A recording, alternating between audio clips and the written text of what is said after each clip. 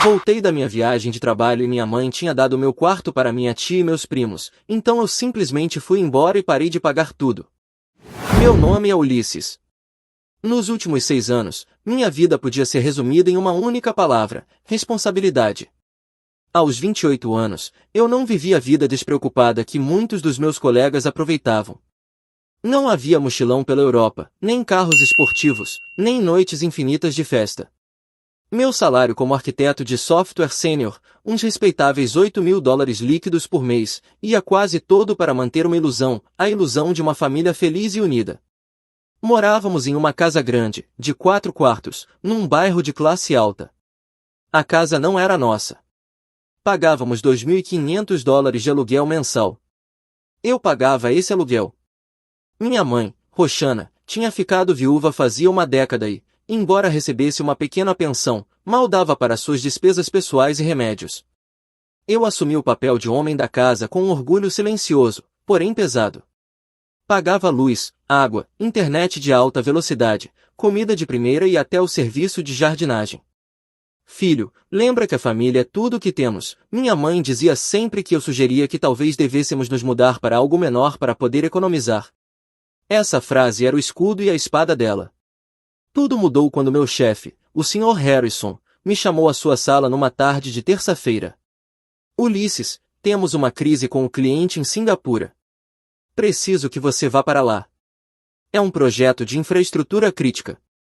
Se você conseguir estabilizar o sistema e fechar o contrato de manutenção de longo prazo, há um bônus substancial. E, mais importante, o cargo de diretor de tecnologia será seu. Quanto tempo? Perguntei, com uma mistura de ansiedade e empolgação. 1 mês. 4 semanas exatas. Vamos te dar todas as diárias pagas, hotel 5 estrelas e um bônus adicional de deslocamento de $3.000. Era a chance da minha vida. Saí da sala flutuando. Cheguei em casa naquela noite com uma garrafa de vinho e sushi para celebrar. Minha mãe estava na sala assistindo TV.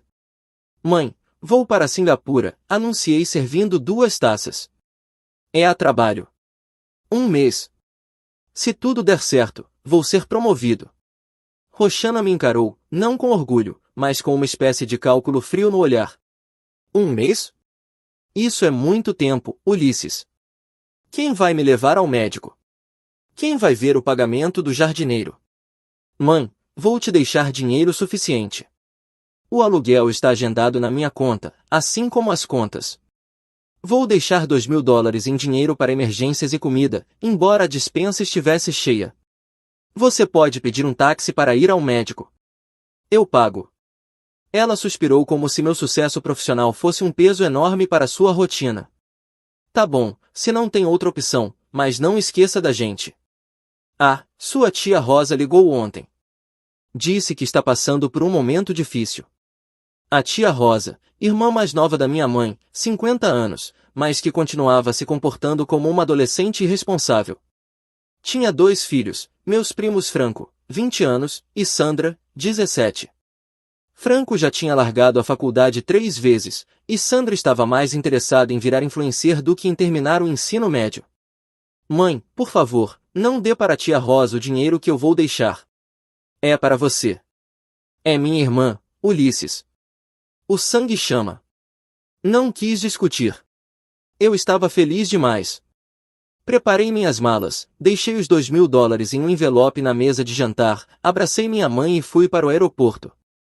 Quando o avião decolou, senti uma estranha sensação de liberdade. Pela primeira vez em anos, eu só precisava me preocupar comigo mesmo. O mês em Singapura foi exaustivo, mas revelador. Eu trabalhava 14 horas por dia, mas o pouco tempo livre que tinha aproveitava de uma forma que já nem lembrava. Conheci pessoas, experimentei comidas exóticas, principalmente, experimentei o silêncio. Ninguém me pedia dinheiro. Ninguém me culpava por não estar presente.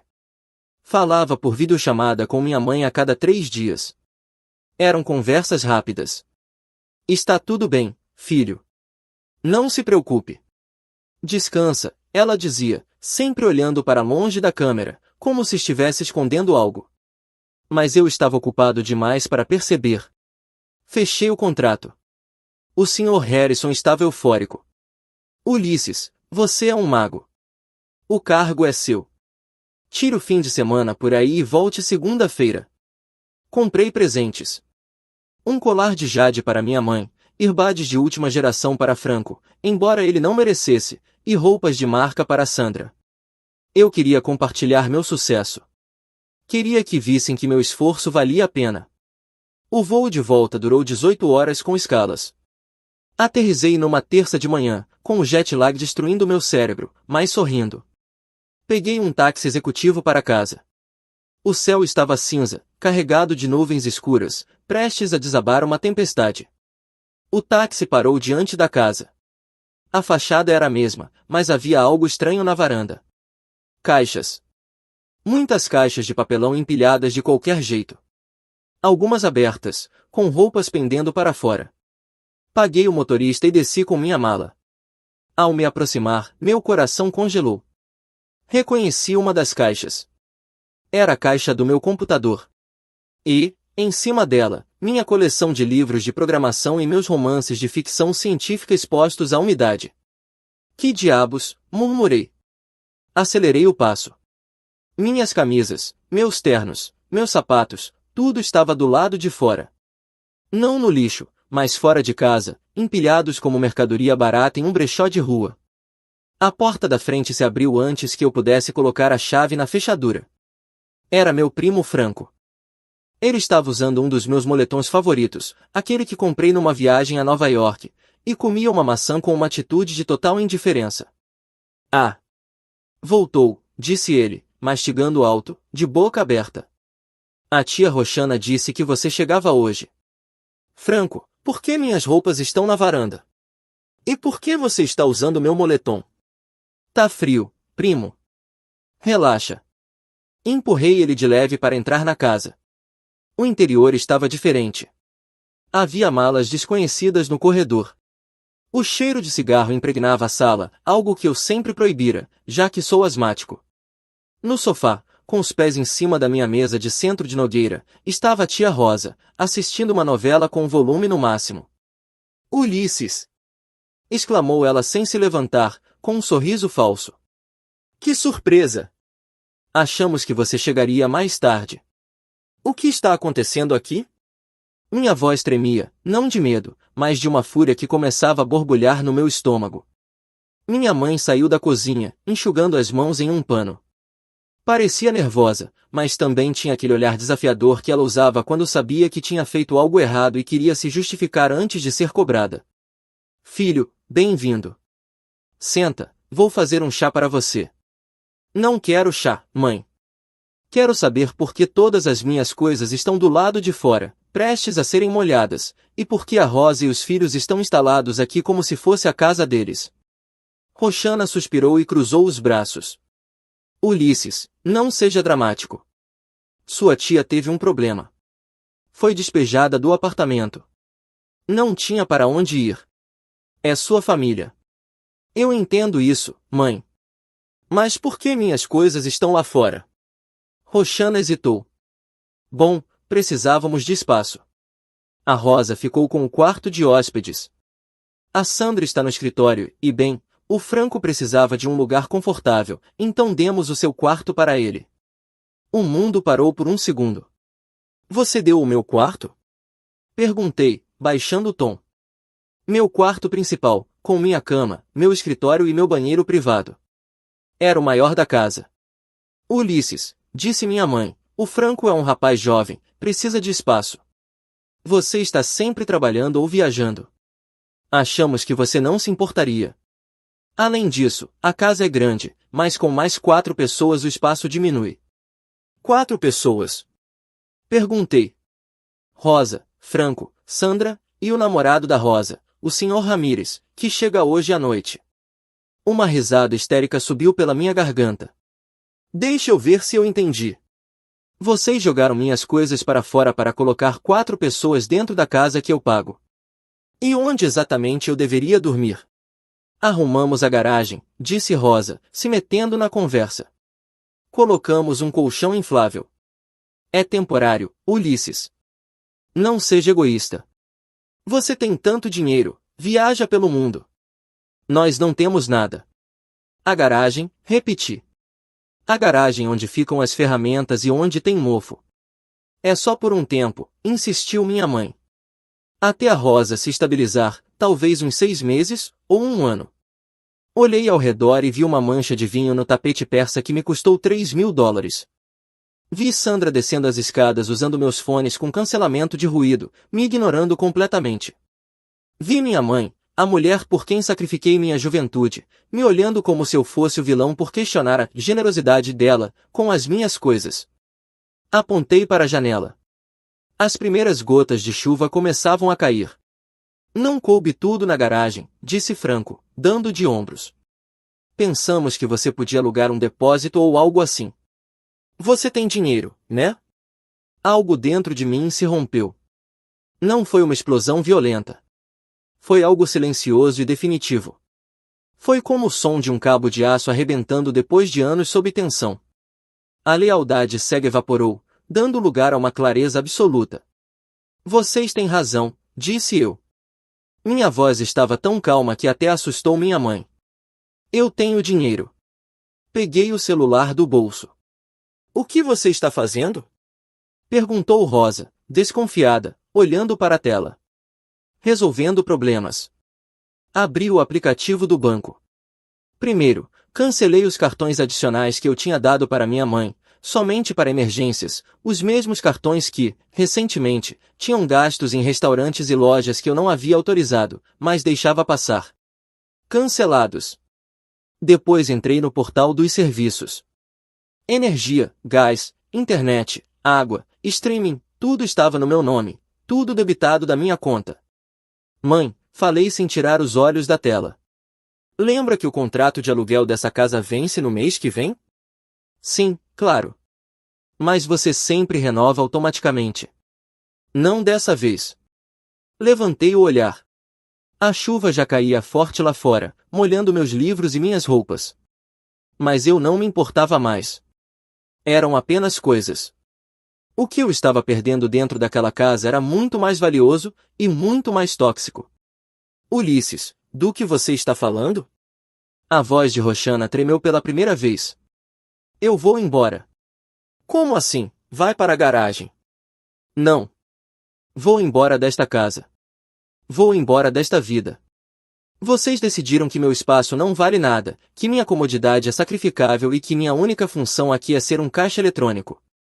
Vocês decidiram que o Franco, um homem de 20 anos que não estuda nem trabalha, merece a minha cama mais do que eu. É sua família. Gritou Rosa, levantando-se. Você não pode virar as costas para sua mãe. Minha mãe virou as costas para mim quando colocou minhas coisas na rua como lixo para acomodar a sua família, Rosa. Caminhei em direção à porta. Ulisses, espera. Minha mãe correu e segurou meu braço. Você está cansado. Está falando besteira. Se você for, quem vai pagar o aluguel? Quem vai pagar a comida? A Rosa não tem trabalho. Eu só tenho minha pensão. Olhei nos olhos dela. Vi o medo.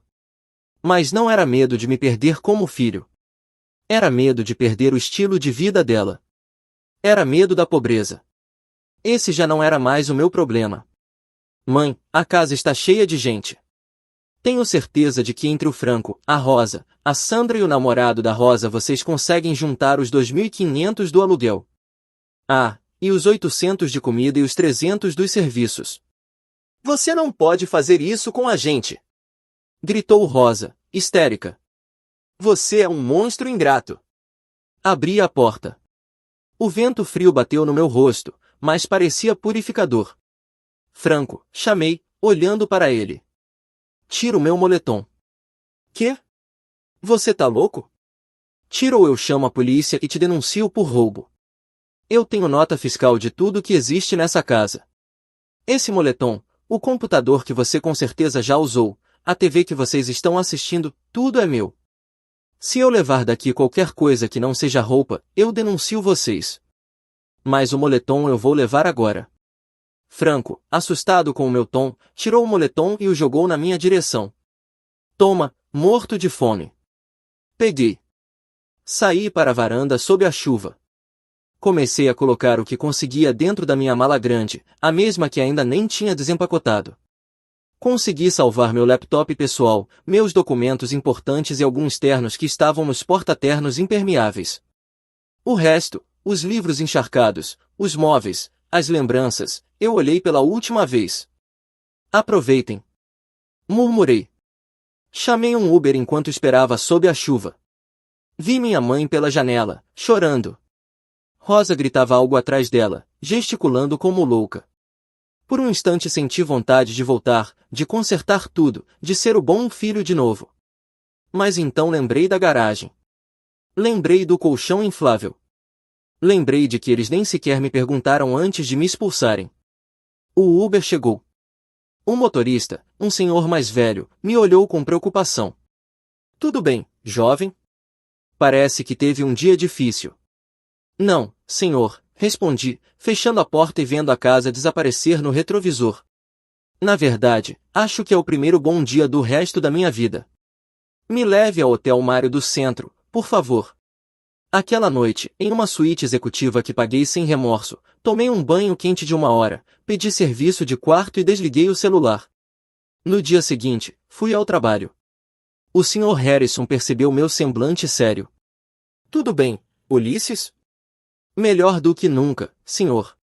Mas preciso pedir um favor. Preciso que o departamento de RH atualize meu endereço e minhas contas bancárias, e preciso que a segurança do prédio tenha uma lista de pessoas que, sob nenhuma circunstância, podem subir para me ver. Considere feito. Naquela mesma tarde, procurei um apartamento. Eu não queria mais alugar. Tinha economias significativas que eu guardava para emergências familiares que nunca aconteciam, ou melhor, que sempre eram dramatizações da Rosa. Agora, aquele dinheiro era para mim. Encontrei uma cobertura moderna perto da zona financeira. Janelas do chão ao teto, academia no prédio e, o mais importante, segurança 24 horas. O aluguel era de $3.500, mais caro que a casa da minha mãe, mas cada centavo valia pela minha paz mental. Assinei na primeira semana. Liguei o celular novamente, mas com todos eles bloqueados no WhatsApp e nas chamadas. As mensagens de voz começaram a se acumular. No começo, ignorei. Depois, por curiosidade, ouvi. Mensagem 1, minha mãe. Ulisses, por favor, volta. Estamos muito apertados aqui. A Rosa não acha trabalho. O Franco está com fome. Não seja rancoroso. Mensagem 2, Rosa. Oi, sobrinito, cortaram a internet. Que tá acontecendo? Os meninos precisam de internet para as coisas deles. Paga isso aí. Mensagem 3, minha mãe, chorando. Filho, o dono da casa veio. Disse que se não pagarmos até o próximo dia 1º, ele vai iniciar o despejo. Você sempre paga adiantado. O que eu faço? Deletei tudo sem responder. Fui ao banco e abri uma nova conta. Transferei todo o meu dinheiro. Deixei a conta antiga, a mesma que minha mãe usava para gastos pequenos, com saldo exato de 0. 2 semanas depois, recebi uma ligação de um número desconhecido no escritório. Atendi achando que fosse cliente. Ulisses, aqui é a Laura, do financeiro. Oi, Laura. O que houve? Laura e eu sempre tivemos uma química, mas eu nunca avancei porque minha bagagem familiar era pesada demais para dividir com alguém. Tem uma senhora e uma moça mais jovem gritando na recepção. Disseram que são sua mãe e sua tia. A segurança não deixa subir, mas elas estão fazendo um escândalo, dizendo que você as abandonou e que você vai para o inferno. Suspirei, massageando as têmporas. Já estou descendo. Obrigado, Laura. Desci para o lobby. A cena era patética. Rosa estava de roupa esportiva, gritando com um segurança 2 vezes maior que ela. Minha mãe estava sentada, chorando dramaticamente, atraindo olhares de todos os executivos que passavam. Aí está ele! Gritou Rosa quando me viu saindo do elevador. Aí está o ingrato! Caminhei até elas com passo firme. Eu estava diferente. Vestia um terno italiano novo, estava barbeado e, pela primeira vez, não tinha olheiras de cansaço. O que estão fazendo aqui? Perguntei, mantendo distância. Cortaram a luz. Gritou Rosa. E a água? Já faz 2 dias que estamos tomando banho com o balde do vizinho. A comida da geladeira estragou. E isso tem o que a ver comigo? Perguntei, com frieza. Vocês é que pagam isso agora. Minha mãe se levantou, intervindo. Você paga isso. Sempre pagou. Ulisses, pelo amor de Deus, já chega. Já entendemos. Volte para casa. Devolveremos seu quarto. O Franco pode dormir no sofá. Mamãe, eu não vou voltar nunca. E o dinheiro? Perguntou ela, revelando sua verdadeira prioridade. Eu não tenho como pagar o aluguel. O dono disse que temos que sair em 15 dias e não pagamos. Então sugiro que comecem a empacotar, ou que a Rosa arrume um emprego, ou que o Franco pare de jogar videogame e procure trabalho, ou que você venda suas joias. Você é meu filho! Gritou Roxana. Você tem a obrigação de me sustentar. Não, mãe, eu tinha vontade de ajudar. A obrigação moral terminou quando você me tratou como um intruso na minha própria casa. Tirei minha carteira não para dar dinheiro, mas para pegar o cartão de visita de um advogado amigo meu. Se voltarem ao meu trabalho para fazer escândalo, vou pedir uma ordem de restrição. Esse advogado cuidará de qualquer comunicação futura. Não me liguem, não me procurem. Ulisses, espera, implorou minha mãe, segurando minha manga. Estou com fome. De verdade, não como bem há 2 dias. Eu olhei para ela. Era minha mãe. Uma parte de mim queria ceder, tirar uns $500 e dar a ela, mas eu sabia que, se fizesse isso, o ciclo nunca terminaria. Esse dinheiro iria para cigarros da Rosa ou caprichos da Sandra. Você tem uma pensão, mãe. Use-a para comprar comida em vez de entregar para a Rosa. Soltei meu braço do dela e virei as costas. Espero que você apodreça com seu dinheiro! Gritou Rosa enquanto os seguranças as escoltavam para fora. Subi no elevador. Quando as portas fecharam, a Laura estava lá me olhando com uma mistura de pena e admiração. Você está bem? Perguntou. Sim, respondi. E, pela primeira vez, era completamente verdade. Laura, você gostaria de jantar comigo hoje? Conheço um restaurante italiano incrível. E, bom, agora tenho bastante tempo livre e ninguém me esperando em casa. Ela sorriu. Eu adoraria. 3 meses depois, minha vida tinha virado 180 graus. Minha promoção a diretor de tecnologia foi oficializada, com um aumento considerável de salário e ações da empresa. Agora eu ganhava cerca de 12 mil por mês, mas mais importante que o dinheiro, eu tinha ganho vida. Eu e a Laura estávamos saindo havia 2 meses. Ela era inteligente, independente e doce. Pela primeira vez, eu tinha uma relação onde não precisava esconder minha situação familiar nem justificar por que não podia sair no fim de semana porque tinha que consertar algo em casa. A Laura sabia de tudo e me apoiava incondicionalmente. Ulisses, o que você fez foi sobreviver, ela dizia quando a culpa me atacava à noite. Você não os abandonou. Eles te empurraram do precipício, e você aprendeu a voar em vez de cair. Ela tinha razão. Numa sexta-feira à tarde, saindo do cinema, meu celular vibrou. Número desconhecido, mas local. Normalmente eu não atendo, mas algo me disse para atender. Sim? Senhor Ulisses Mendes? Ele mesmo. Estou ligando do Hospital Geral. Temos uma paciente aqui, a senhora Roxana Mendes. Ela o tem como contato de emergência em um arquivo antigo. Senti um soco no estômago. O que aconteceu? Ela está bem? Ela sofreu uma crise hipertensiva. Aparentemente por estresse severo e má alimentação. Está estável, mas precisamos que alguém venha assinar a alta e pegar os medicamentos. Estou indo. Olhei para Laura. É minha mãe. Ela está no hospital. Eu vou com você, respondeu sem hesitar. Chegamos ao hospital público. Não era a clínica particular onde eu costumava levá-la, com um quarto individual e ar-condicionado. Era uma sala de emergência lotada, cheirando a desinfetante barato e desesperança. Encontrei minha mãe em uma maca no corredor. Ela parecia mais velha, muito mais do que 3 meses justificavam. Suas roupas estavam gastas. O cabelo, grisalho e sem tinta. As unhas, descuidadas. Mãe, disse baixinho. Ela abriu os olhos. Ao me ver, encheram-se de lágrimas. Você veio. O hospital me chamou. Onde está a Rosa? Onde estão o Franco e a Sandra? Roxana abaixou o olhar, envergonhada. Eles se foram, filho. Como assim, se foram? Quando fomos despejados faz 1 mês, a Rosa ficou furiosa. Disse que eu era inútil por não te convencer a dar dinheiro. Fomos para um apartamento horrível, o único que eu conseguia pagar com a minha pensão. Tinha baratas. O Franco não aguentou ficar sem internet nem ar-condicionado. A Rosa conheceu um caminhoneiro num bar e decidiu ir com ele para o norte. Levou os meninos. E te deixaram sozinha? Me deixaram lá. A Rosa disse que eu era um peso morto, que sem seu dinheiro eu não servia para nada. Ela levou o pouco de valor que restou da casa antes do despejo.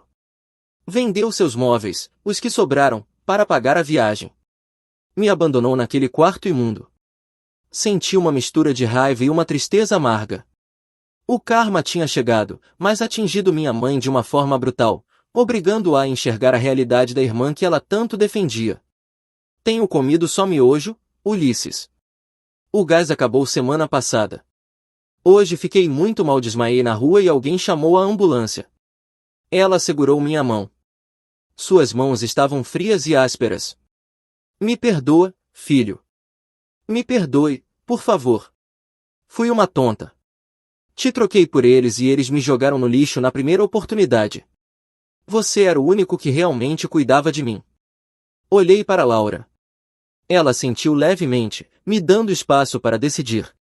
Eu sabia que não podia voltar ao que era antes. Não podia levá-la para morar comigo no meu ático. Aquele era meu santuário, meu espaço sagrado com Laura. Mas também não podia deixar minha mãe na rua. Eu não era Rosa. Mãe, me escuta bem, disse com firmeza. Eu vou te ajudar, mas as coisas vão ser muito diferentes. Você não vai morar comigo. O rosto de Roxana murchou um pouco, mas ela assentiu.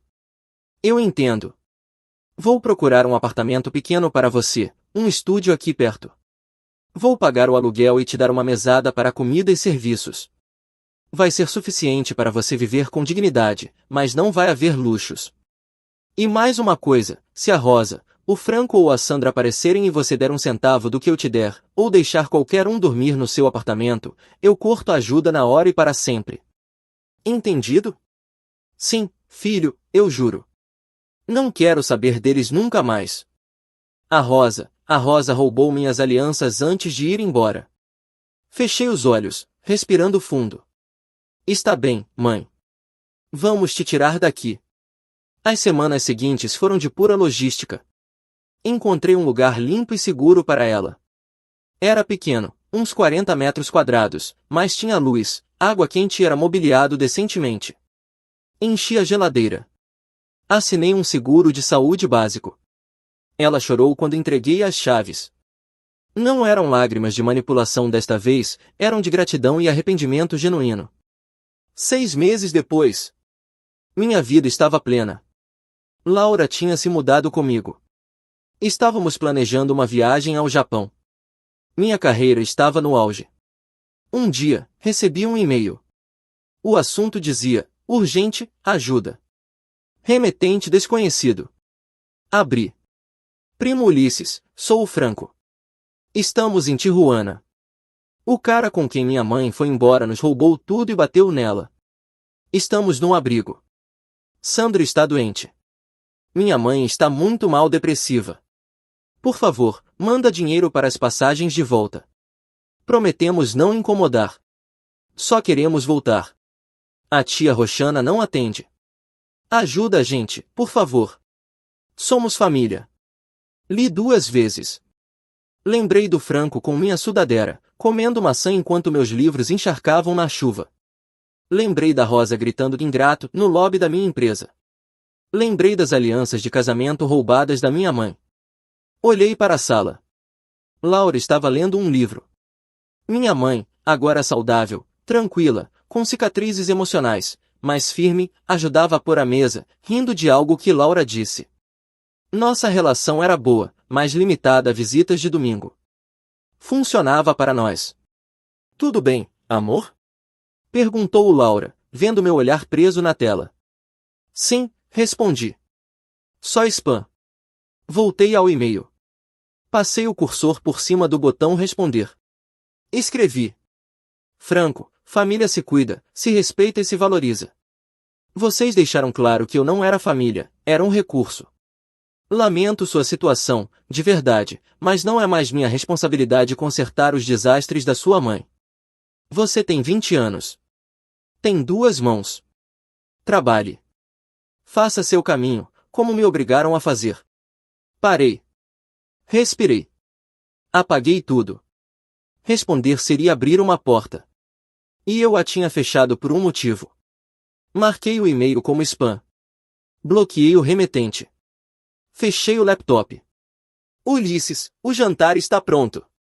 Chamou minha mãe da sala. Fiz sua lasanha favorita. A Laura me ajudou com um molho. Levantei-me. Senti nos ombros o peso leve da liberdade. Já vou, respondi com um sorriso. Sentei-me à mesa cercado de paz, respeito e amor genuíno. Lá fora, a cidade brilhava. E em algum lugar distante, muito distante, o passado ficava onde deve ficar, no esquecimento. Finalmente, o saldo estava quitado.